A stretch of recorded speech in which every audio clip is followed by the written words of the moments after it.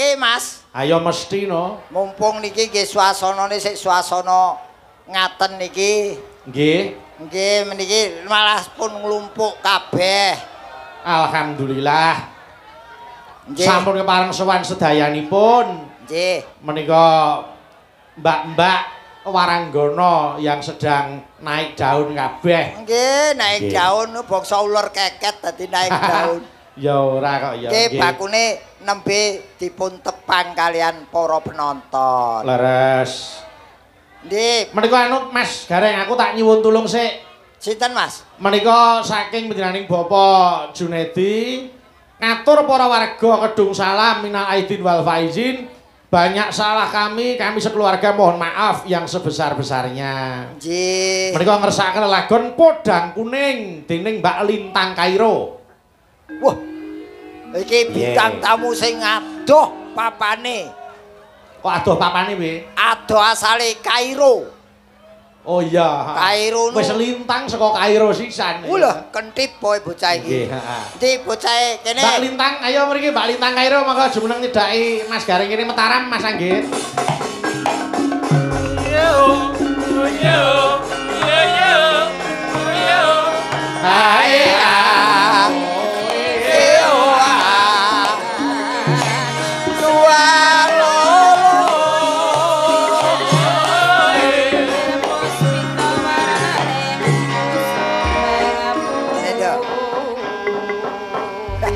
Orang ngira bocah kaya pring ngene kok Sik kondange Pripun to?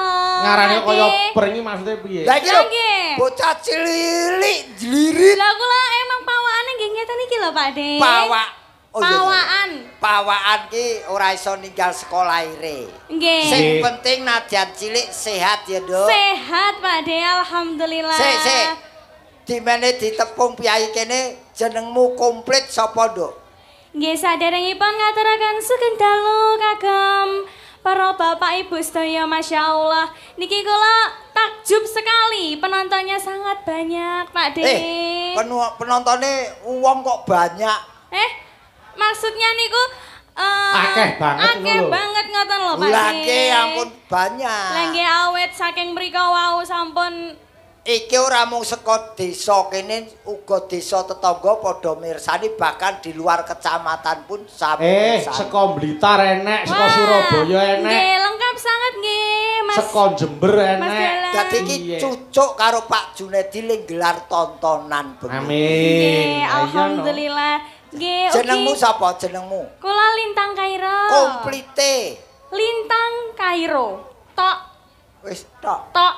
Lintang Kairo wis komplit kuwi. Sakjane wonten lho Pakde. Apa?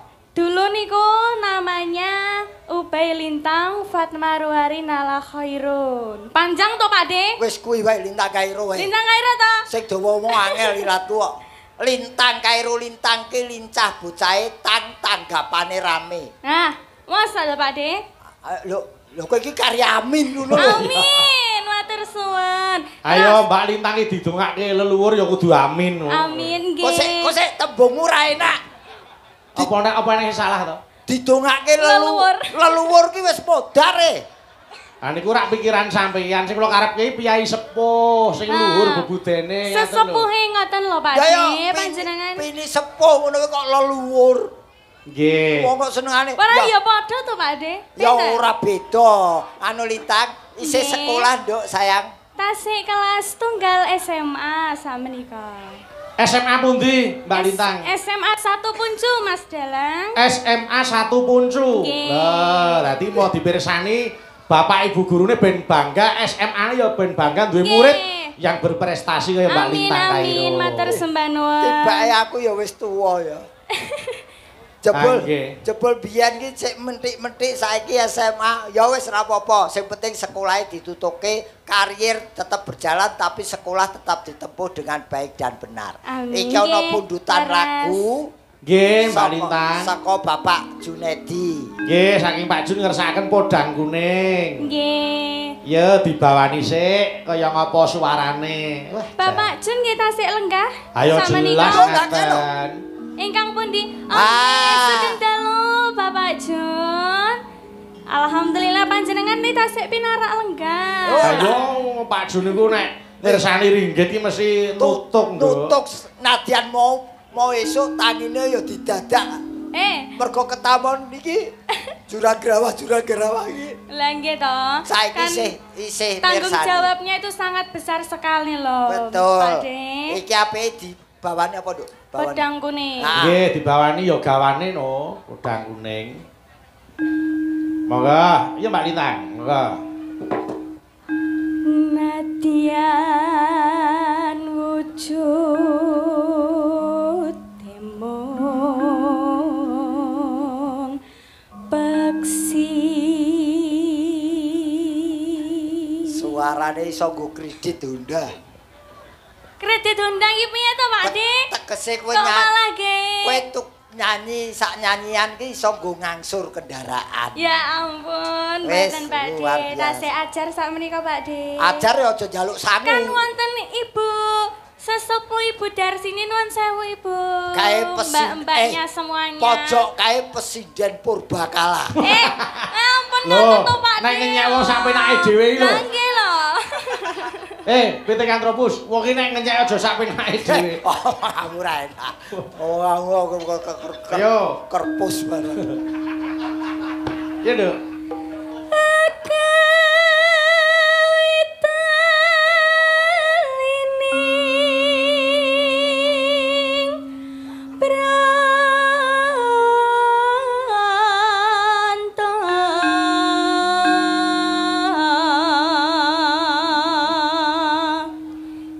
Diucapkan ugi Pak De. Kula dereng maaf-maafan kalih piyantun pundi? Yai Salam nggih Dono Mulya. Minal aidin wal faidin kagem Bapak Ibu sedaya nggih. Nggih. Kaya bancaan ya. Bancaan pripun? Nggih. Nek ora apa-apa njaluk ngapura luwih apik. Lah nggih to Pak De. Halus manis tora merah hati.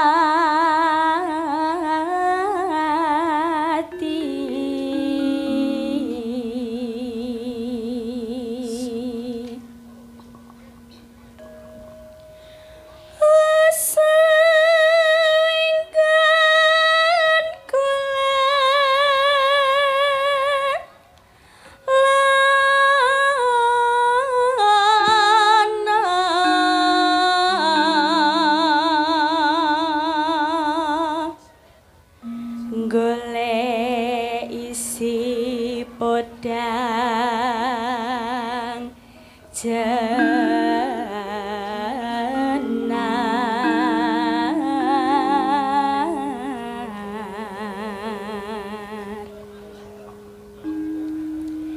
iba bunga ing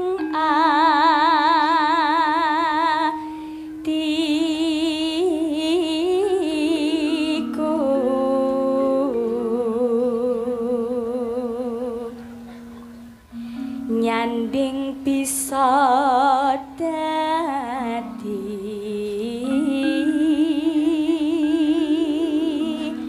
tamba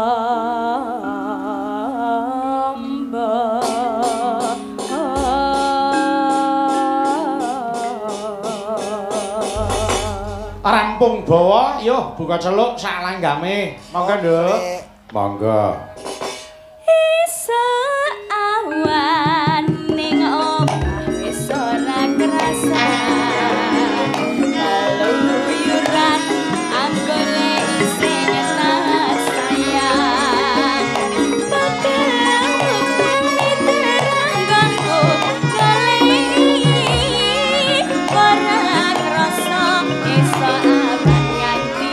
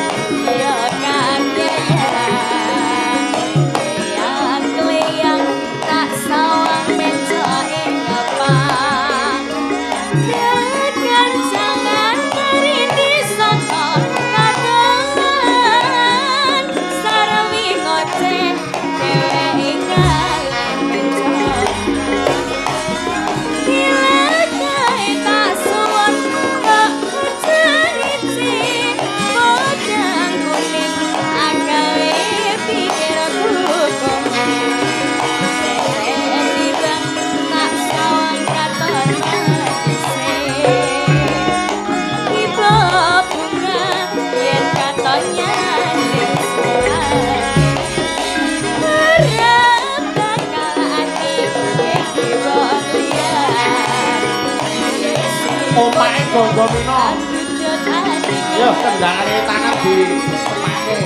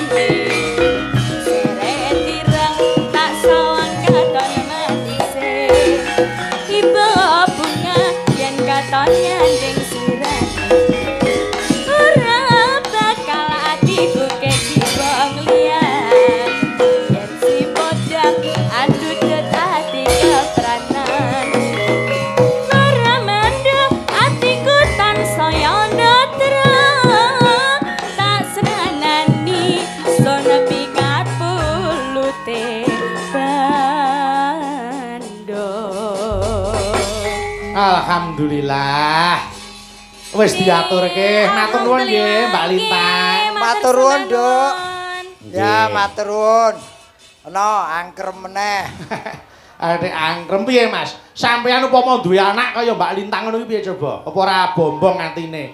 Membanggakan. Nggih. Ngatasi isi SMA kelas 1 wis suarane mapan, ayu tur yo jogete ngirama. Tapi lebih membanggakan lagi bahwa putra saka Mas Gareng kuwi dadi dokter kabeh. Alhamdulillah. Nggih ta? Kula pun crita kata-kata kalian Pak Jun. Nggih. Pangestunipun pemirsa wayang kulit pun loro dokter kabeh, bojone dokter kabeh. Sak omah doktere 4. Kula ajeng buka poliklinik. Poliklinik wis duwe ragat, wong ki rung duwe ragat poliklinik. Oh dadi nglumpukke klinik-klinik sik kuwi ya. Yo ngemis apa piye? Iya. Mboten tegese iki nyelengi. Sudah saya katakan anak-anak boleh jadi dokter, tapi garis bawahi. Nggih. Dahulukan sosial daripada komersial. Leres. Pun alhamdulillah. Nggih. Tangga teparo lara parani yen perlu tukokke obat. Nggih. Niki yoga-yoga niki. Piye? Niki yen lara gratis bahkan dapat bonus. Kriteriane bonus ki manut larane ya, Mas. Nggih, pokoke periksane kudu ning anakku lho. Bonusnya piye kuwi urut-urutane piye? Semakin parah semakin besar bonusnya. Upamane ana sing lara gatel, panu, koreng. Bonuse sepeda gunung. Weh. Terus nek ana sing lara watuk, sesek ngono kuwi. Genjot ora kuat kendaraan roda loro metik. Wah. Terus nek ana sing lara jantung, kanker, paru-paru ngono kuwi. Saya parah kendaraan roda 4. Apa? Ambulan. Wes kari rumah sakit apa kuburan. Mula nek ora gelem ya kudu diudi kesehatane. Nah, segembira apapun mendapat hadiah, kalau sakit ya tetap sedih. sedih. Nggih, mula Ngoten, nggih. hati yang gembira kuwi adalah obat. Nggih, Nggih, to atine disenengke, beban pikirane ora usah digawe abot. Aku tau dikandani anakku, Pripun? Pak. Yen bapak kepengin waras wiris, kejaba medis ning sing luwih penting Nggih. kuwi ati lan pikiran gembira. Nggih. Gembira ku ora mergo saka duwe duit tok. Nggih. Gembira ku bisa mencari hiburan yang murah meriah tanpa biaya. Contone nanggap bapake dhewe kon joget didelok anake. Ya Ora bayar. Ya ora ono to, Mas. Wong anake anake dokter kok nanggap bapake. Ya. Lah pengen gembira kok nanggap bapake ya. Gembira iki ya yen ragat sing Nggih. cucuk kaya Pak Junedi. Leres. Pak Junedi hari ini dan keluarga adalah orang-orang yang paling gembira karena orang yang paling gembira adalah orang yang bisa menggembirakan orang lain. Amin. Loh. Jan elok tenan. Lancar men dengaren. Mbok aku mergo ya urung kei jaket kuwi mau lho. Iya. Aku wis dipeseni pokoke aku kowe yen arep bali kudu laporan beliau. Oh nggih, kae mau ning spray. Luwih anget timbang jaket. Jaketmu sak awake spray iso dienggo. Pak Junedi Bayu Sirik. Aku wis entuk kok. Oh. Mbak Prigel, ayo kene. Oh, Jebul kene Mbak Prigel. Ayo, mataram. Turun. Yo. Jarwing, Jarwo. Jarwing. Jarwo.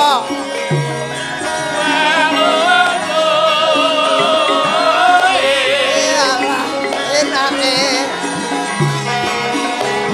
Ngentan bali Ulang apa setyane kelakon. ngono wae.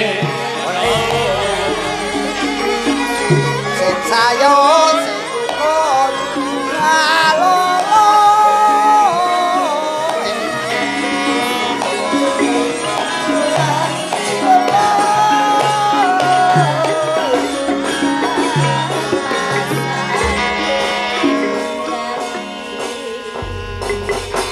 Alhamdulillah. Kowe iki apa bar menek klopo kok jarikmu mawut iki? Anu Pak De, rada luset menika lek numbasne Pak Junet menika kan jarik tulis dadine rada luset ngoten Ya lho. ngono ki lho resikone sindian yang nganggone jarik cap-capan iki ngono kuwi. Kenyek jenengan iki. Kayak tulis pisan bingung. Lah nggih, makane terus piye Tak ngene iki? benak kene. Alah, wong wis ora usah golek kesempatan. Sampeyan ki modus tasine. Sorry ya, saya tidak pernah menggoda wanita selain istri saya. Waduh. Karena saya ingin menjadi seorang pria yang sangat berharga. Karena yang memiliki saya hanya satu orang wanita, istri saya. Weh. Masya Allah, hebat patut tenan. dicontoh niki Om Bayu. Patut ditonyo. Anu dicontoh kok ditonyo. Patut dicontoh. Ha iya. Mas Gareng iku pancen dienggo percontohan. Nggih. Pak Junedi sok mele dalange ampun iki to, Pak. Ngopo to? Omongane ra enak dicontoh, ditonyo. Mas Gareng, Dun. niki ugi salam hormat Saking- untuk Bapak Maijen Susilo, Panglima Divisi 2 Kostrad. Nggih, Wah, matur. beliau ki nek nyang wayang gitu, utamane wisanggeni, wah luar biasa. Minded, Nggih, saestu. maniak minded utawa penggemar berat pagelaran wayang kulit khususnya sing metu wisanggeni. Mangke ora ketang sak cenglingan disuwun berkahe Dono Suwanten. Nggih, Pak Sus. Mangke anu kersane duet karo anu adikku Niken. Nggih. Iki tak mulai skop jenengmu sapa, Dok? Prigel apa? Prigel Pak De. Lah ya Prigel sapa panjange sapa? Prigel Pangayu Anzar Wening. Prigel kowe iki cah ndi, Dok? Kediri kula. Oh, ke awak. Loh. Kawak piye ta? Omamu lak ke awak to. Kawak piye maksudnya? Kediri. Kediri. Diri iki lak awak. Lah, Kediri niku kutha Kok Kediri, senengane kota diulang Kediri. ganti jeneng. Oh, diplesetke. Ya lah, ngono wae nesu. Mila ngeten Mas Gareng, Pak Jun menika ingin memberi perhatian kepada seniwati Jawa Timur. Betul. Alhamdulillah. Kita mula Nggih. Mbak Prigel, Mbak Winong, Mbak Niken, Nduk Lintang kabeh putra terbaik Jawa Timur sing wektu dina iki wis menginternasional ora mung nasional. Betul, alhamdulillah. Ora hebat. Nggih, diaturaken matur sembah nuwun kagem Bobo Junet lan ugi Ibu Ririn ya Pak De yang sudah memberi occasion, sudah memberi kesempatan untuk pekerja seni kayak awake dhewe iki berekspresi. Masya Allah, alhamdulillah. Tidak hanya memberi kesempatan berekspresi tapi juga belakang wae terus terang juga memberi rezeki pada seniman dan seniwati. Amin. Niki jenenge ora mung nguri-uri, ning nguripi karo ngurip-urip. Betul, betul. Nggih, Mas Gareng. Nun. Mbak Prigel anu kersane anu nggih jumeneng sik. Niki kula nyuwun Ibu Suning diharap Dono Suwanten menika saking Pak Junedi. Oh ngaten. Ibu Suning menika adik dari Pak Junet Om Bayu. Oh ngaten. Ya. Monggo Bu Suning menika dipun rencangi Mbak Prigel kali Mas Gareng. Monggo pinarak wonten pepanggungan Bu Suning. Monggo Bu Suning. Yo mentaramke, Cok. Mentaramke, Cok. Ayo.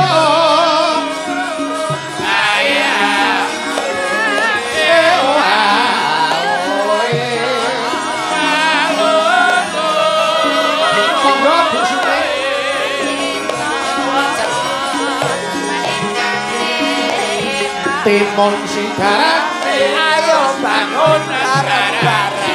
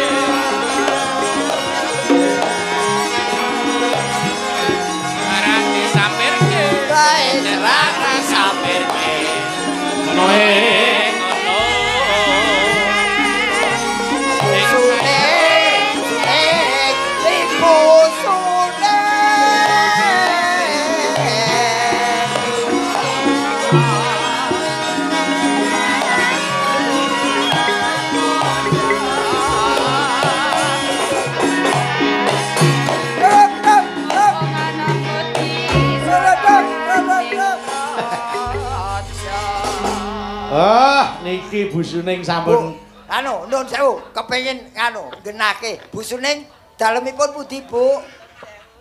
Le Mas kok sampean pateni to Mas? Miki babat. Nah, monggo Bu, dipun. Asli kene Mas Gareng. Asli Wonosalam. Wonosalam. Kedung Salam. Nun sewu, kapernah menapa kalian Pak Jun? Putranipun Mas Dalem nika. Aduh, nak dulur berarti. Nak dulur, alhamdulillah. Ngasta menapa Bu? Tani Pak pisan Pak. Tani. Pensiunan. Wah, sami kula nggih pensiunan. Pensiunan apa? Lek Ibu Suning menika kan pensiunan dosen. Lek sampeyan pensiunan apa Lah kira-kira? aku dosa apa wae gelem. Loh. Bus gembel kuwi kena. Oh ya, Bu, badhe nyekar menapa? Bu Suning. Napa ajeng nyekar Mas Gareng? Ora nembang kali Mas Gareng. Kowe seneng to yen tak tinggal? Anu Om Bayu nyon sewu. Bapak Junet menika kan juragan transportasi bisnis gitu. Alat berat ya Pak De ya. Alat berat Alhamdulillah. apa wae? Apa wae? Apa wae beliau lakukan. Awake dhewe engko lek mantuk siji-siji souvenire ya alat berat traktor. Ngono. Lah winginane nika kula tanggapan nggih serak mriki niku teng juragan buah Om Bayu. Niku souvenire ya buah. Oh, tadi manut karo sing nimbali. Sesuk sampean jare arepe ning gone juragan Kijing. Sido ora wi? Anu infone ngono infone. Anu Kijinge iki khusus go wong wedok gonen dhewe wae. Mas Gareng kok nesu apa? Tak keri ae. Kok nesu apa? Dagelan ora leh nesunan. Ora nesu liyane ku buah transportasi kok Kijing. Lah kok wedi ngopo? Wedi karo Kijing iki ngopo? Ora wedi keri. Loh, ora ya ora usah wedi Kijing tekan omah digawe kursi. Yo, ya ora. Wes iki ora masuk akal. Kok ora masuk akal? Oh nyatane wong sing omahe pinggir kuburan kae iso dienggo memean, iso nggo kursi Kijinge kuwi. Oh kreatif ya. Ah iya. Nggih. Bu Suning badhe nembang menapa, Bu? Kalian Mbak Prigel lah, monggo. Nggih, napa Bu? Monggo. Anu biasanya Bu Suri niku tembange slendro Pak De. Oh, napa lagune napa lagu sing dereng digawe? Monggo. Nggih, biasanya gluduk asmara niku lho. Gubuk gluduk. Sik kowe ayu-ayu kok rada pedhok ngono lho. Ora ngono aja kaya ngono. Gubuk kok gluduk. Kleru dibenerke to putune. Jenengan lho bulan iki. Kuwi lho, nek kene iki lho. Ajeng nyanyi napa? Terserah pun. Ya gubuk asmara iso. Gubuk aswajik. Asmara.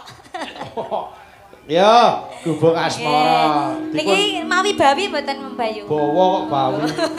Ya ora, pancen rada sentet bocah iki. Ya wis. Bawa bawi.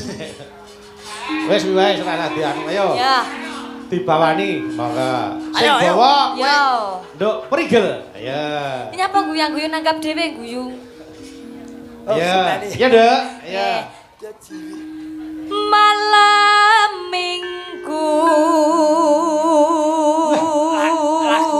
Lagu lawas ki malam Minggu. Ayo pergi. Ora. Terus Wayangan Kidalang Bayu. Mesam-mesem kowe sesuk nyokot debok kuwi delon. apa rumasamu bantengan kok nyokoti debok. Anu, ayo. Badan kedung salam.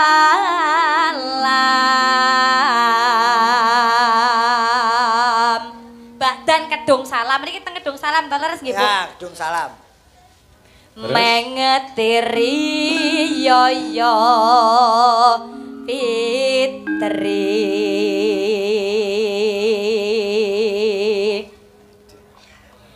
bagya mulya tinebena ing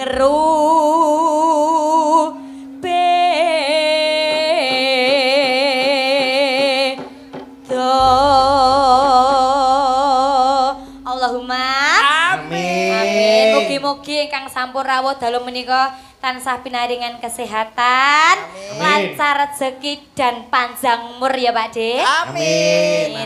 Nggih menika tembangipun gubuk asmara. Monggo Bu Suning. Bukan celuk nggih Bu. Monggo. Yuet luwiwat. Nah, ayo.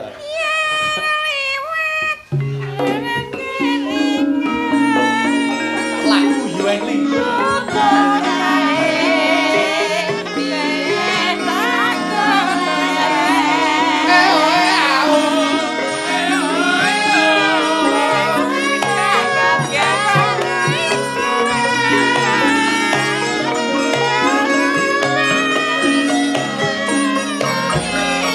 Vokale tambahi Mas Medet.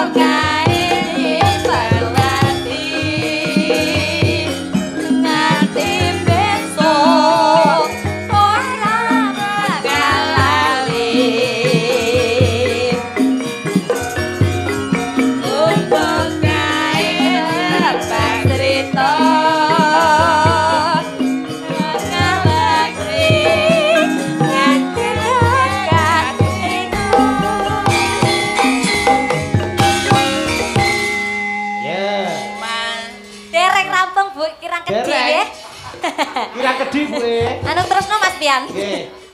Cak, yo. Monggo. Cak.